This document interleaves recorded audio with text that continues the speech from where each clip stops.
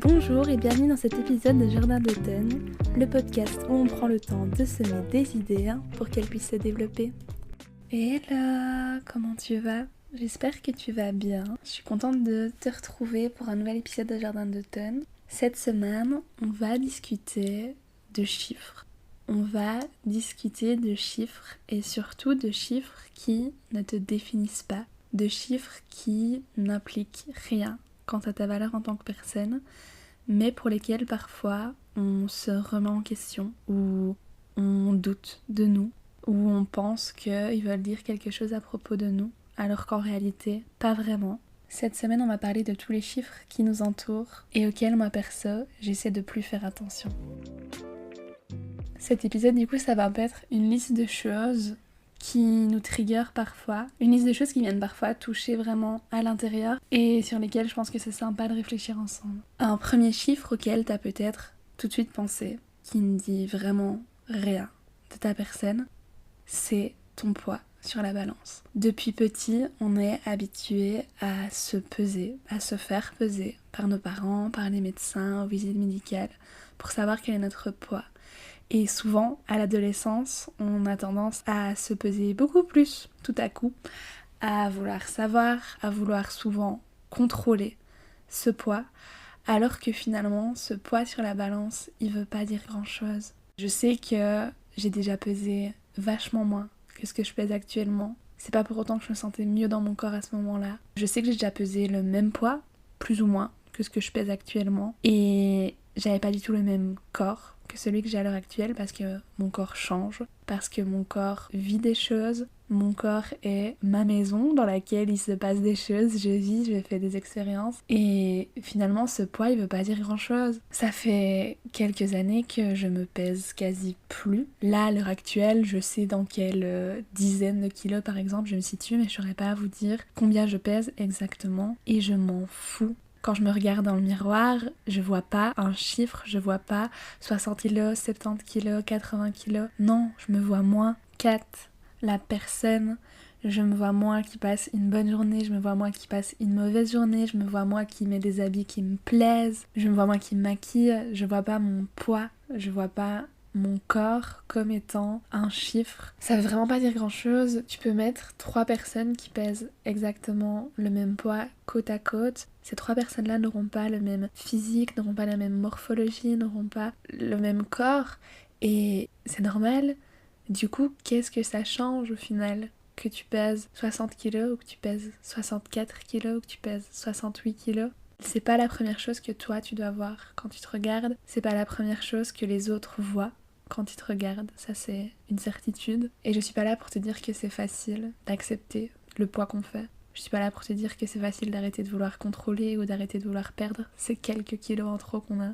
Je suis là pour te dire que ton poids il veut rien dire sur toi, il veut rien dire sur qui tu es, il veut rien dire sur ta valeur. C'est pas parce que tu perds 10 kilos que tout d'un coup tu vaudras plus en tant que personne, que tu seras une meilleure personne. Si le fait de perdre 10 kilos, ça te permet toi d'être mieux physiquement, mentalement, au niveau de ta santé, c'est top. Mais si tu fais juste ça parce que tu penses que si tu perds X kilos, tu vaudras plus, tu seras une meilleure personne, c'est pas le cas, c'est pas ça qui te définit. Il y a mille et une autres choses qui te définissent et qui font de toi, toi, et qui font de toi qui tu es et pourquoi les gens t'aiment et quelles sont tes forces et quelles sont tes faiblesses. Et ça n'a rien à voir avec le poids que tu fais sur la balance. Un deuxième chiffre qui ne te définit pas, c'est le nombre d'années d'études que tu as fait. Je pense qu'avec le fait qu'à l'heure actuelle, il y a de plus en plus de gens qui aient accès aux études supérieures et qu'on encourage de plus en plus les gens à faire des études supérieures, il y a parfois une espèce de hiérarchie, j'ai envie de dire, qui se crée entre les gens qui font un bac plus 5, les gens qui font un bac plus 3, les gens qui font un bac plus 2, ceux qui font des formations, ceux qui travaillent directement. Ça veut rien dire en fait. Que t'aies fait un PhD ou que t'aies fait le collège, ça veut rien dire sur qui tu es. Ça veut rien dire sur tes capacités intellectuelles, ça veut rien dire sur ta personnalité, sur toutes les qualités que tu peux avoir.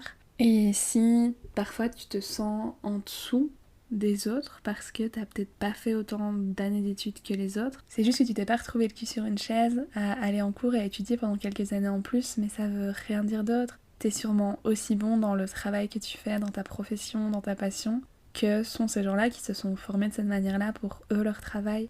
Et en lien à ça, un autre chiffre qui ne te définit pas, c'est tes résultats scolaires. Si t'es toujours actuellement étudiant, que tu sois au collège, au lycée, à l'université, tes résultats scolaires, ils te définissent pas. C'est juste un numéro. On en parle un peu dans l'épisode sur la validation avec le fait de la validation académique et d'avoir besoin d'avoir de hautes notes. Mais tes notes, c'est pas le reflet de qui tu es. C'est pas le reflet de tes capacités, c'est pas le reflet de ton intelligence. C'est pas les reflets du fait que tu sois bon ou non pour quelque chose. Il y a mille et un facteurs qui peuvent impacter le fait d'avoir une mauvaise note. Et donc ça veut vraiment rien dire sur ta personne. Et il y a des gens pour qui c'est plus facile d'apprendre des choses, il y a des gens pour qui c'est plus facile d'étudier et d'autres pour qui c'est plus difficile. Et c'est pas grave, c'est ok, tu peux rater un examen, tu peux rater un cours, tu peux avoir une mauvaise note parce que t'étais fatigué, parce que tes capacités attentionnelles n'étaient pas au max de ce que tu peux mobiliser, parce que t'as d'autres choses en tête, t'as des problèmes, il y a quelque chose dans ta famille, dans ta vie personnelle, parce que t'as pas bien compris la question, parce que t'as manqué de temps, parce que pendant l'examen t'avais mal quelque part, parce que t'avais chaud et que ça prenait une partie de ton énergie. Il y a plein de raisons qui peuvent faire que des fois ça marche pas et c'est ok. Et si t'es le genre d'élève à toujours avoir tout pile la moyenne alors que tu fais des efforts, bah qu'est-ce que ça dit de toi? Ça dit de toi que tu fais des efforts et que tu persévères, que t'as la détermination et que t'essaies. Et essayer, c'est le mieux que tu puisses faire. On peut pas demander à quelqu'un de faire mieux que d'essayer, de faire de son mieux. Et si ça dit quelque chose de toi, ça dit que tu t'accroches. Ça dit pas que t'es nul ou que t'es bête ou que tu vas jamais y arriver. Il faut essayer de se détacher de ça et de remettre un peu les choses en perspective en se disant qu'une mauvaise note, c'est pas la fin du monde. Et il y en aura peut-être d'autres et peut-être que la prochaine fois tu feras mieux. Et ça dit pas du tout de toi que t'es un bon à rien ou que t'y arriveras pas. Un autre chiffre qui pour moi ne veut pas dire grand chose, c'est ton âge. En fonction de ton âge, on va peut-être attendre de toi certains comportements, attendre de toi d'être capable de faire certaines choses ou non. Et parfois on va peut-être te sous-estimer, penser que parce que t'as tel âge tu peux pas comprendre, penser que parce que t'es plus jeune t'es pas en mesure d'assumer ce genre de choses, et c'est pas toujours le cas. C'est sûr que l'âge que tu as entraîne le fait d'être passé par certaines étapes, certaines connaissances, certains enseignements, mais c'est pas parce que t'as 20 ans que tu peux pas avoir sur certains sujets, sur certains vécus, la même expérience que quelqu'un de 45 ans, voire une plus grande expérience.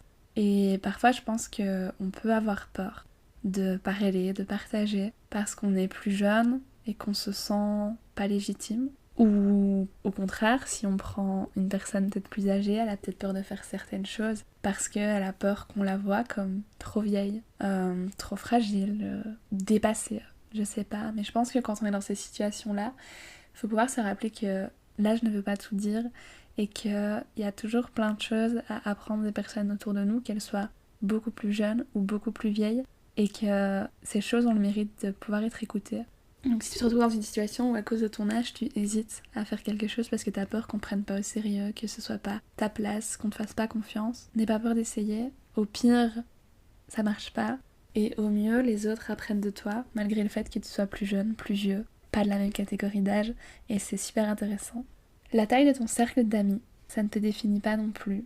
Là, je parle peut-être plus aux jeunes qui, quand tu sors du lycée, quand tu sors de l'uni, voient leur cercle d'amis diminuer et voient d'autres personnes qui restent avec un cercle d'amis très large. Et c'est pas toujours facile de voir que d'autres ont des tas d'amis, ont des soirées avec une maison qui est remplie, alors que toi de ton côté t'as peut-être que 3, 2, 1 seul ami sur lequel tu peux vraiment compter. Mais c'est pas parce que t'as moins de personnes autour de toi que ça dit quelque chose par rapport à toi et ça dit que t'es moins bien que cette personne qui a des tas d'amis. Pas du tout.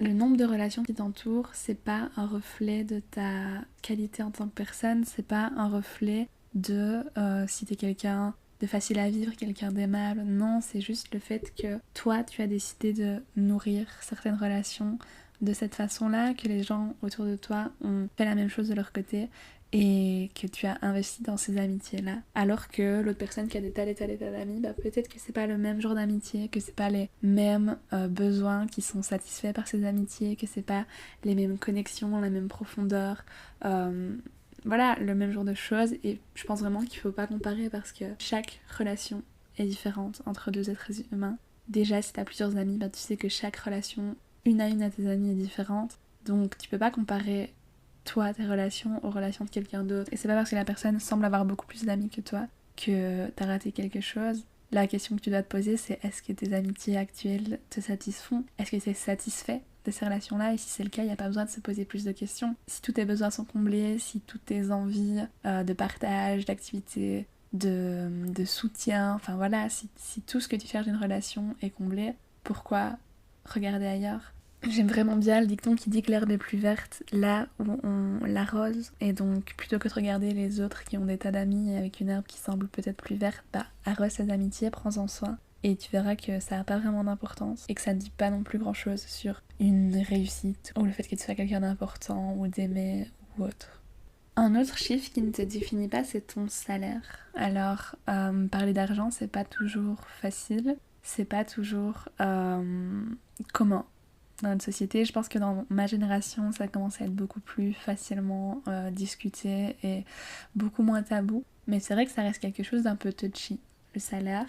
Et forcément, on compare. On se compare aux autres, on se compare à nos amis, on se compare à notre famille, on se compare aux gens qu'on connaît, aux gens qu'on connaît pas.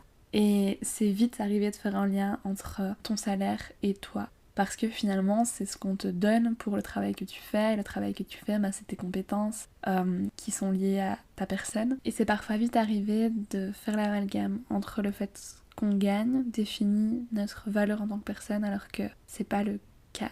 C'est pas parce que tu gagnes un SMIC que t'es pas une personne extraordinaire qui fait un travail extraordinaire. Et c'est pas parce que tu gagnes des milliers d'euros tous les mois que t'es pas une sombre merde ou que t'es pas en train de galérer. Ton salaire, il est défini par plein de paramètres et lui ne te définit pas en tant que personne. Alors bien sûr, il va avoir un impact sur ta vie, sur ce que tu peux faire ou non parce que tu vas être plus ou moins aisé, peut-être sur la façon dont tu t'habilles, la voiture que t'achètes, la maison dans laquelle tu vis. Mais toutes ces choses-là, c'est à nouveau pas des choses qui te définissent. Les choses qui te définissent, c'est tes valeurs, tes actes, tes pensées, la façon dont tu agis avec les autres, la façon dont tu prends soin de tes relations, la façon dont tu t'investis dans ton travail, dans ce que t'aimes, dans ta passion. Mais ton salaire, c'est pas un élément qui entre dans l'équation de qui tu es. Ça a participé à plein de choses que tu peux faire, mais si demain tu te retrouvais sans un sou sur une île déserte, c'est pas le fait de gagner 2500 ou 4000 euros par mois qui va définir qui tu es, comment tu vas agir, comment tu vas réagir, ce que tu vas faire. Non, ça c'est qui tu es vraiment, toi. Le nombre d'heures de sport que tu fais par semaine, ça non plus c'est pas quelque chose qui te définit. On voit de plus en plus sur les réseaux sociaux cette course à faire du sport, aller à la salle de sport à 4h du matin avant le travail, faire la course à pied, matin, midi, soir, voilà. On est un peu bombardé d'exemples de personnes qui font énormément de sport et c'est très très bien d'arriver à faire du sport. Mais c'est pas parce que toi tu fais 1 heure de sport par semaine ou même que tu galères à caser 30 minutes de sport par semaine que t'es moins bien que la personne qui arrive à en faire 15. Et à nouveau, ça va très très vite de se comparer et très très vite de se sentir comme une grosse merde. Mais ce qui est important dans l'histoire, c'est de se poser la question de ce qui est important pour toi, de ce que toi tu veux pour toi. Oui, c'est bien de voir que ton pote sur Instagram fait plein de sport, mais est-ce que ton pote il a les mêmes besoins que toi, les mêmes envies que toi, la même vie que toi? Est-ce que toi t'as envie de faire autant d'heures de sport? Si c'est pas le cas, il n'y a même pas besoin de se comparer. Et si tu souhaites mais que tu n'y arrives pas encore, dis-toi juste que tu vas y arriver à un moment donné, si tu te donnes les moyens, si tu prends le temps. Et Rome ne se construit pas en un jour. Et le fait de faire plus ou moins de sport, ça ne reflète pas forcément un mieux ou un moins bien. Il faut pas te sentir mal parce que toi, tu fais 1 heure chaque semaine ou tu fais pas de sport et que les gens à côté de toi, eux, ont plusieurs entraînements semaine. C'est comme ça, c'est tes choix et on s'en fout en fait. C'est chacun fait ce qu'il veut, chacun fait ce qui lui fait du bien. Et si toi c'est pas faire de sport, c'est ok. Si c'est faire un peu de sport, c'est ok. Il n'y a pas de règles et à nouveau il n'y a pas de comparaison à avoir. Un autre chiffre qui définit pas qui tu es, c'est le nombre de relations que tu as eues. Que tu aies eu 15 relations, que tu aies eu 2 relations sérieuses, que tu n'aies jamais eu de relation amoureuse, ça définit pas qui tu es. Ça ne définit pas ta valeur, c'est pas parce que t'es resté célibataire toute ta vie que tu vaux moins que quelqu'un qui a été en couple, c'est pas parce que tu enchaînes les relations et que malheureusement elles ne te satisfont pas que tu vaux moins que quelqu'un d'autre. Je pense que ça arrive beaucoup de se comparer parfois avec des gens qu'on voit qui sont bien en couple, qui ont un couple qui dure, qui ont l'air heureux, facile, et de se dire mais pourquoi moi j'ai pas ça, moi j'ai jamais eu personne, moi je trouve pas quelqu'un qui me convient, est-ce que c'est moi le problème, est-ce que c'est parce que je suis moins bien, je suis moins belle, je suis moins drôle, je suis moins fun, je suis moins intelligent. Non, ça veut juste dire que t'es pas tombé sur les personnes qui te feront vivre ces choses-là et que tu finiras sûrement par tomber dessus si tu le souhaites, et c'est tout. Et ça définit pas du tout ta valeur en tant que personne. Ça ne reflète pas qui tu es, ça ne reflète pas quelles sont tes qualités. C'est juste que ça s'est pas fait. Et voilà, c'est tout. Ton body count aussi. Le nombre de personnes avec qui tu as couché, ça ne dit rien de qui tu es. Et je pense qu'il est vraiment temps d'arrêter d'en faire des caisses autour de ça parce que chacun fait ce qu'il veut, chacun a son rapport au corps, chacun a son rapport à la sexualité. Et que tu couches avec une fille ou un mec différent tous les soirs ou que tu te préserves pour le mariage, ça ne regarde que toi et ça ne change en rien fondamentalement la personne que tu es. Si tu te poses vraiment la question, est-ce que le fait d'avoir couché avec la personne que tu as couché dans ta vie, ça a changé fondamentalement qui tu es? En général, la réponse c'est non. Donc il faut arrêter de tirer des conclusions à partir de ça et ça devrait pas être une gêne, un tabou, parce que ça devrait pas être quelque chose sur lequel on porte un jugement. Une autre chose à laquelle j'ai réfléchi et qui ne te définit à nouveau pas et qui ne veut rien dire sur qui tu es, c'est le nombre d'enfants que tu as ou que tu souhaites avoir. Là, je pense particulièrement aux personnes qui ne veulent pas avoir d'enfants, en particulier les femmes. Je pense qu'on est encore souvent choqués quand on entend quelqu'un, une jeune femme, dire qu'elle veut pas d'enfants. Souvent, les réflexions, c'est « Ah, mais tu verras plus tard en grandissant ». Ah mais attends de trouver le bon, ah mais tu verras, quand tout le monde commencera à avoir des bébés autour de toi, t'en voudras. Mais en fait, c'est ok si la personne en veut pas, et c'est ok si la personne en veut. Et je pense que parfois, en tant que fille, mais peut-être qu'en tant que mec aussi, on peut se remettre en question sur ces choses-là, sur nos envies à ce niveau-là, et se sentir un peu jugé ou avoir l'impression que ça va dire quelque chose de nous, le fait de vouloir des enfants, ou non. Finalement, je pense pas que ça dise grand-chose sur qui tu es. Si tu veux des enfants, si t'en veux pas, si t'en as, si t'en as pas, si t'arrives pas à en avoir, si t'en voulais mais que t'en as pas eu. C'est des choses qui font partie de ta vie, qui ne regardent que toi et qui, au quotidien, ne vont pas changer grand-chose à ta vie, à ton rapport aux autres, à ton travail, parce que c'est simplement une opinion que t'as, un souhait que t'as pour toi et qui ne regarde que toi. Si tu m'entends parler et que tu te dis qu'il y a quand même des choses qui comptent là-dedans, oui, c'est sûrement le cas. C'est des choses qui participent quand même à qui on est, à comment on se construit, mais quand je dis que c'est des chiffres qui ne te définissent pas, c'est dans le sens où je veux dire que c'est des chiffres qui ne définissent pas ta valeur, comment les autres te perçoivent, ce que tu vaux entre guillemets aux yeux des gens. Et si tu me crois pas, pense à toutes les personnes proches que tu as autour de toi et que tu aimes. Quand tu penses à ces personnes, prends ta meilleure amie, ton meilleur ami, ton frère, ton collègue que tu adores. Quand tu penses à ces personnes-là, si je te demande pourquoi tu les aimes, tu vas pas me dire que tu les aimes parce qu'ils pèsent moins de 50 kilos. Tu vas pas me dire que tu les aimes parce qu'ils gagnent plus de 5 000 € par mois. Tu vas pas me dire que tu les aimes parce qu'ils veulent des enfants ou non, ou parce qu'ils ont des milliers d'abonnés sur Instagram. Non, tout ça c'est des chiffres qui ne comptent pas. Quand tu remets les choses en perspective, tout ça c'est des chiffres qui n'ont aucune importance dans la vraie vie, dans les relations que tu as, dans les relations que tu crées, dans ce que tu vis. Vraiment, c'est pas des choses qui comptent. Et si jamais tu meurs demain, ce que je ne te souhaite absolument pas, mais si jamais tu meurs demain, c'est pas de ça que les gens se souviendront. Ils se souviendront de toi, de qui tu es, de ce que tu leur apportais, de ton sourire, de ta bonne humeur, de ton caractère, de ton honnêteté, du fait que t'étais dédié à ton travail, à tes amis, à ta famille. Mais ils se souviendront pas du nombre d'années d'études que t'as fait ou du nombre d'heures par semaine de sport que tu faisais. Alors pourquoi est-ce que c'est quelque chose qui te préoccupe à l'heure actuelle? Pourquoi est-ce que tu passes peut-être des heures de ta vie alors qu'elle est déjà assez courte à t'inquiéter pour ce genre de choses alors que c'est des choses qui n'ont pas d'importance? J'espère que cet épisode du podcast t'aura permis de réfléchir à tout ça. J'ai bien aimé faire cette liste parce que moi aussi ça m'a fait me rendre compte que tout ça on s'en fout. Et ça m'arrive aussi d'avoir des préjugés par rapport à tout ça, ou de m'inquiéter de savoir ce que les autres pensent, de ce que je dois peut-être atteindre comme poids, comme diplôme, comme salaire. Mais en fait, c'est pas des choses qui comptent. Essaie de penser à toutes les choses qui comptent et d'investir ton temps et ton énergie dans ces choses-là. Si t'as aimé l'épisode, n'hésite pas à me le dire, ça me ferait trop plaisir d'entendre ton retour. On se retrouve dans 2 semaines pour un nouvel épisode et à partir de la rentrée, Jardin d'automne ce sera toutes les semaines pour explorer des nouveaux thèmes avec vous. N'hésite pas à me dire si tu as besoin d'un thème spécial, à m'envoyer un petit message sur Instagram ou à le mettre en commentaire si tu écoutes le podcast sur Spotify ou sur YouTube. Je te fais des gros bisous, prends soin de toi, à bientôt.